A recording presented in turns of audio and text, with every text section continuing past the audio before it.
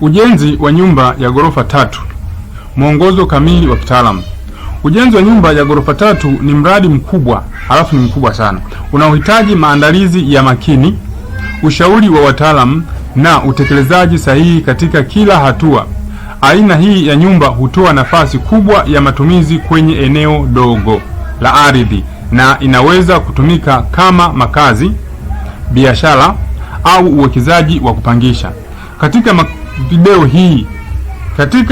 video hii utaelewa mambo muhimu unayopaswa kujua kabla kujaanza ujenzi wa nyumba ya ghorofa 3. Jambo la kwanza, usanifu na upangaji wa ramani. Hapa nazungumzia masuala ya michoro ya ramani. Sasa ramani kamili. Hatua ya kwanza ni kuwa na ramani ya kitaalamu iliyoandaliwa na mtaalamu wa usanifu majengo, tumezoea kumuita architect. Ramani nzuri husaidia kupanga nyumba yako kwa ufanisi na kuepuka makosa wakati wa ujenzi.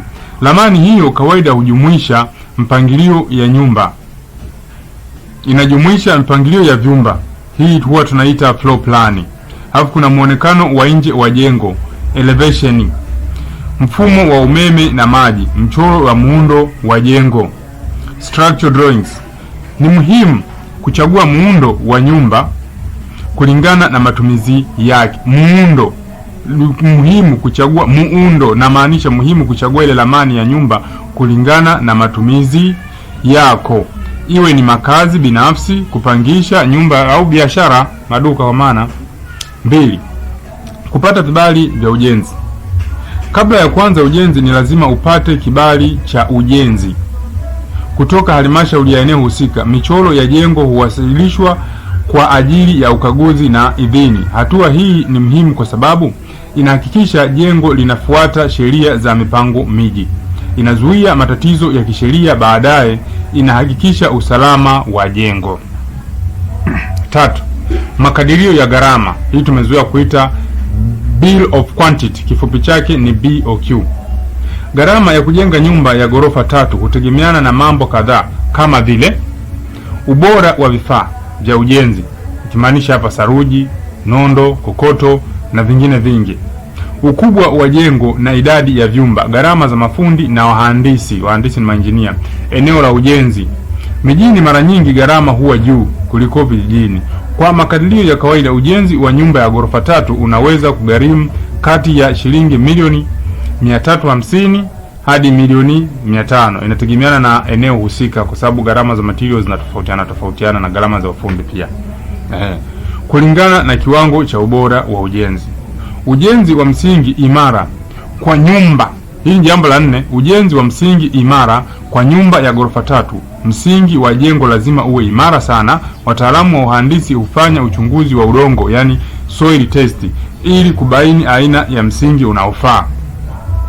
Aina za msingi zinazotumika mara nyingi ni raft foundation na power foundation. Msingi mzuri pia unabeba uzito wa jengo lote.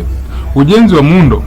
Jambo la 5 ujenzi wa muundo wa jengo, lile jengo lenyewe sasa napolizungumzia hapa ni jambo la 5.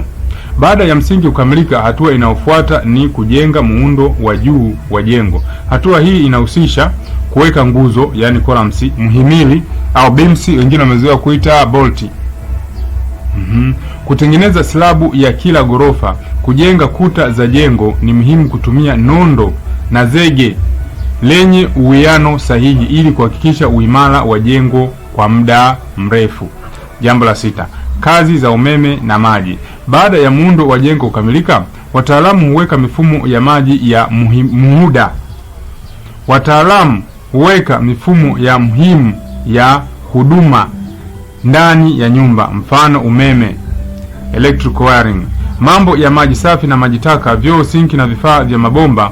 Mfumo huu hupangwa mapema ili kuepuka kuvunja kuta baada ya ujenzi kukamilika. Jambo la 7, hatua ya kumaliza finishing. Hii ni hatua inayotoa muonekano halisi wa nyumba. Kazi zinazofanyika ni pamoja na kuweka tiles au aina nyingine ya sakafu, kupaka rangi ndani na nje ya nyumba, kufunga milango na madirisha, kuweka dari, yani ceiling na taa. Finishing nzuri huongeza thamani na mvuto wa nyumba. Jambo la 8, usalama wa jengo.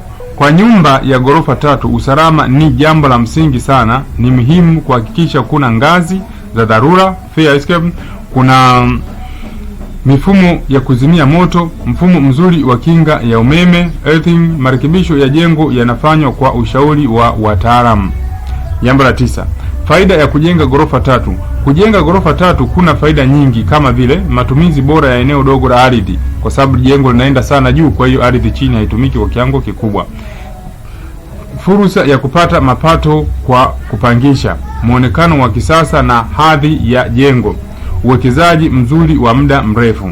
Jambo la 10, changamoto unazoweza kukutana nazo, na hizi pia zipo, sio la hatuna, changamoto zake zipo, unazoweza kukutana nazo.